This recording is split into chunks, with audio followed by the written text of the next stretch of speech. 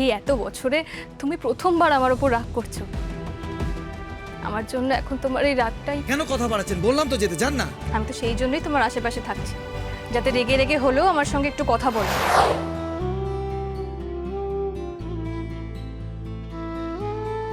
তোমাকে দেখে আমার নিজেকেই খুব অসহায় লাগে। তুমি কত কষ্ট করে এই বাড়িতে আছো, হাত পুড়িয়ে রান্না করে খাচ্ছ, কেউ একবারও তোমাকে সাহায্য করে না। দাঁড়াও, আমি শুভকে বলবো একবার ওর মার সাথে কথা বলতে। না না কাকু, তুমি এসব বলো না। আমি এখানে খুব ভালোই আছি।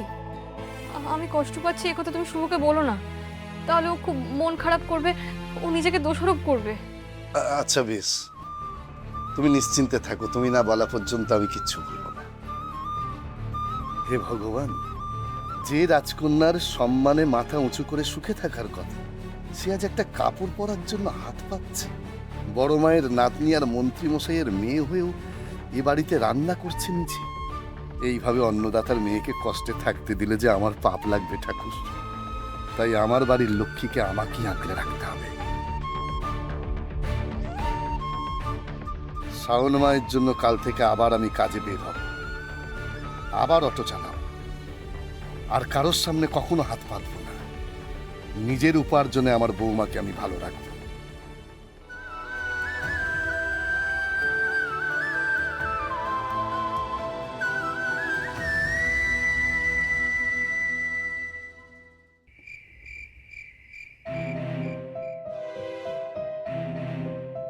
কি ব্যাপার, এত রাত হয়ে গেল, শুভ এখনো আসছে না কেন? হয়তো বাইকের আওয়াজ, শুভ এসে গেছে বোধহয়। কি হলো শুভ, আজ এত লেট হলো কেন আসতে? আপনি ঘুমোননি এখনো? না, তোমার জন্য ওয়েট করছিলাম তো। কাল থেকে করবেন না, আমার জন্য আপনাকে কিছু করতে হবে না। আচ্ছা বলছি, তুমি এখানে একটু বসো, আমি তোমার জন্য জল নিয়ে আসছি।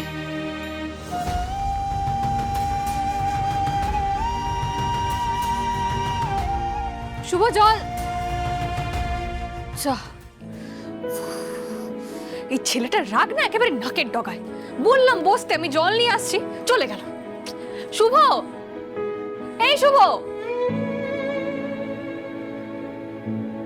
শুভ, এ নাও জলটা খেয়ে নাও। আমার তেষ্টা নেই। ওকে ফাইন, যখন তেষ্টা পাবে খেয়ে নিও। এখানে রাখলাম। আচ্ছা, তুমি রাতে বাইরে কি খেলে? সবকিছু কেন জানতে হবে আপনাকে? আমাকে একটু একা থাকতে দিন, বাইরে যান। বাইরে যান মানে? শুভ, এখন তো এটা আমারও ঘর। এখানে থাকবো না তো কোথায় যাব? আমার তো যাওয়ার কোনো জায়গা নেই। প্লিজ আমার রাগ বাড়াবেন না, যান এখান থেকে। সে তুমি চাইলে আমার ওপর একটু আধটু রাগ করতেই পারো, তাতে আমি কিছু মনে করব না। এই এত বছরে তুমি প্রথমবার আমার ওপর রাগ করছো। আমার জন্য এখন তোমার এই রাগটাই। আপনি কেন আমাকে ইরিটেট করছেন বলুন তো? কেন কথা বাড়াচ্ছেন? বললাম তো যেতে, যান না। যদি না যাই তাহলে আমার ওপর রাগ করবে, আর রাগ করলে আমার সঙ্গে একটু কথা বলতে হবে। আমি তো সেই জন্যই তোমার আশেপাশে থাকছি, যাতে রেগে রেগে হলেও আমার সঙ্গে একটু কথা বলো। আমার জন্য সেটুকুই যথেষ্ট।